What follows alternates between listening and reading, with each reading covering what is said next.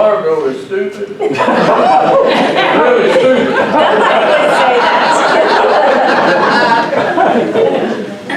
Teresa Register from Faulkner County. Obviously, credentialing did take a lot of time, and there was a lot of discussion about delegates and alternates.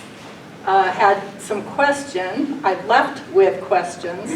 I'm new to this, but I have a question about what the final decision was on whether or not a committee chairperson, with the approval of the committee, can appoint people to serve as delegates and or alternates.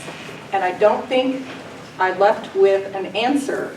And it seemed to me that the group voted against the parliamentarian. The parliamentarian said, if the committee chairperson has been given the authority by the committee, then they can fill those positions after the meeting is over.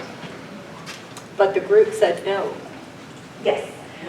So I want to know the real answer. Okay. But before she answers, let me say this. That's a fabulous question. It really is. I'm glad you asked that. And I have a part two. Okay. There's a suggestion. Okay. So when we go up, I was a delegate. When I went up to get my delegate badge, all they asked was, what's your name? No idea. No ID. No idea whatsoever.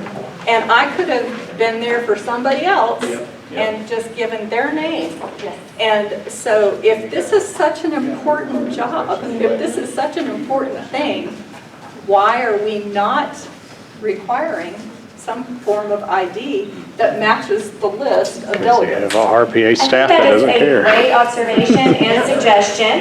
The RPA, so actually under Robert's rules, the individuals from the credentialing committee are supposed to help with registration, but they didn't. They said, we don't need you. We've got it covered. So they used their people that were hand-selected to run registration.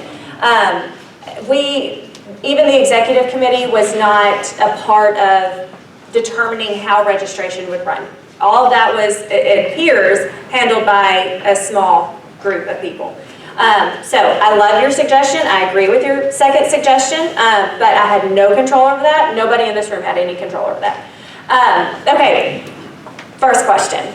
So yes, and regarding the parliamentarian, that parliamentarian was hired by the RPA. Now I thought he did a fine job. I thought he did a fine job. He asked me, because apparently he had heard me talking, or at least knew I had made comments, and told the people that the parliamentarian is strictly there as an advisor. He has no authority. He cannot vote. He cannot say anything. As a matter of fact, every time he was only allowed to speak because I allowed him to speak, which alternatively the body could have voted, but I gave him permission to speak because he was not a member.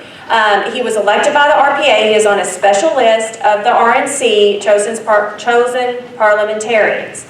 So with that in mind, I just wanted everybody to have that in mind. Okay, there may have been potential for bias there, but overall I think he did a fine job. We did have some disagreements, which I'm fine with that. I mean, if you guys know me, I'm fine with disagreeing. I think we should engage civil discourse. I think we should be having more discussions and talking about disagreements more often. I think that's how we're going to become better and develop better ideas. That's why everybody is welcome to come to this and throw whatever questions you have at me, because it'll make me better and hopefully you'll get better too.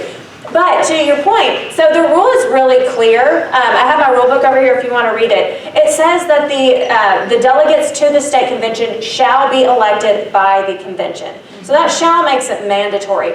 Now, he was saying, the parliamentarian's position was that if there are vacancies, then we can go to Robert's rules and we can fill them by giving the authority to the chair. I know that there are some county committees that do that. I disagree with that interpretation because when it says shall, I believe that power rests with the convention. And he asked me in our discussion, he said, well, what happens when it adjourns? I said, well, I don't think a convention should adjourn. I think it should recess to come back and do business later. So I'll give you an example with Saline County. We had our convention March 30th. We came back just last month and we reconvened because we had to certify a runoff election.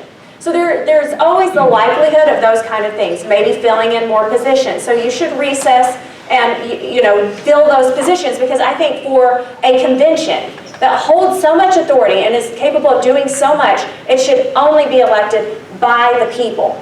I do not think it should be, I don't think that that power should be given to a chair. Now that is just that's my personal opinion, but that is also, I believe, the spirit of the rules when it says shall be elected. And it did not say, well, you can give the authority to the chair. It does not allow for any of that. So that is my position. Now, because I know that there was at least a reasonable amount of counties that did, whether it was through custom or just their understanding of the rules, they believe that they could give that authority to their chair. That is why I allowed the body to vote on it, and I just didn't make a ruling from the podium, because I wasn't comfortable with that. I thought the body should decide it. And so yes, the body did vote and say, no, we want those positions filled by the chairs. And I think the reason, and of course I can't speak as to everybody, but because there was already so much question about the integrity of the credentialing process, I think people were just like, no squirrely business. If you aren't elected, we don't want you here voting and determining the course of where we go for the next 2 years. I think that was probably the sentiment. So 2 points. One is we already had people that had gone to extraordinary measures to be there who were appointed. So it was after the fact that they were notified that they could not be there. So from that standpoint, I think it was not a good decision.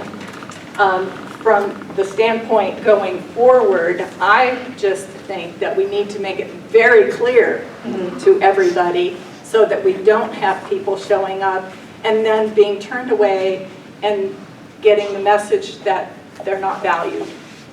No, I agree, and I absolutely hated that there were some people that had made the trek there, and that again was another reason why I didn't want to make that decision, even though I felt strongly about my interpretation. And I mean, it's what the rule says. It's not even really an interpretation. The rule says shall. So I hated that there were people who, I don't think everyone that was appointed was doing so, you know, with nefarious intent. No. I don't think that at all, and that's why I hated that situation, but I believe the right decision was just to allow the body to make that ultimate decision. I